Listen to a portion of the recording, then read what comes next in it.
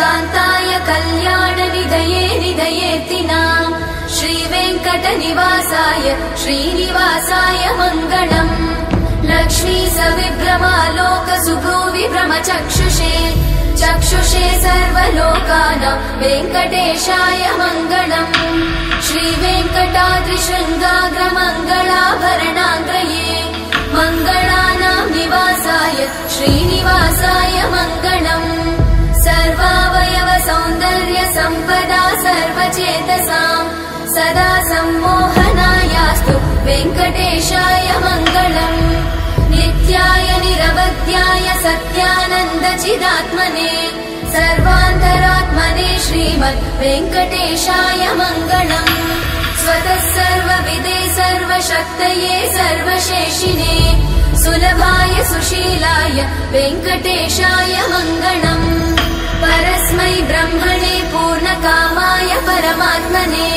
प्रयुञ्जे परतत्त्वाय वेङ्कटेशाय मङ्गलम्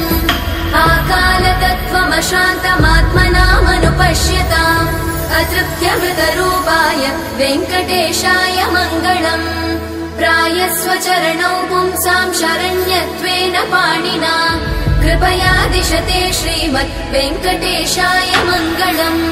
दयामृततरङ्गिण्यास्तरङ्गैरिव शीतलै अपाङ्गैः सिञ्चते विश्वम् वेङ्कटेशाय मङ्गलम्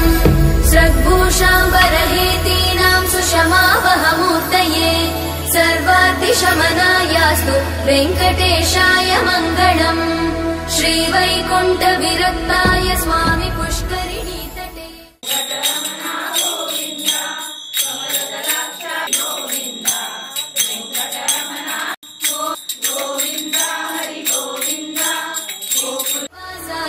श्रीनिवासाय मङ्गलम्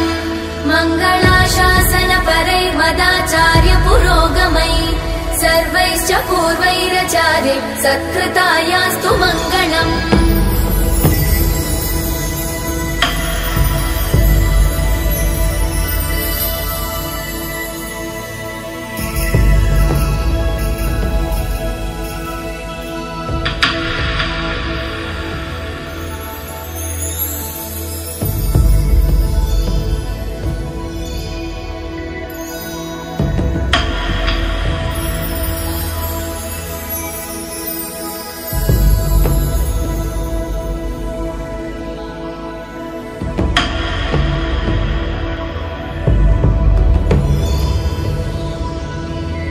श्रियकान्ताय कल्याणनिधये निधयेऽर्तिनाम् श्रीवेङ्कटनिवासाय श्रीनिवासाय मङ्गलम्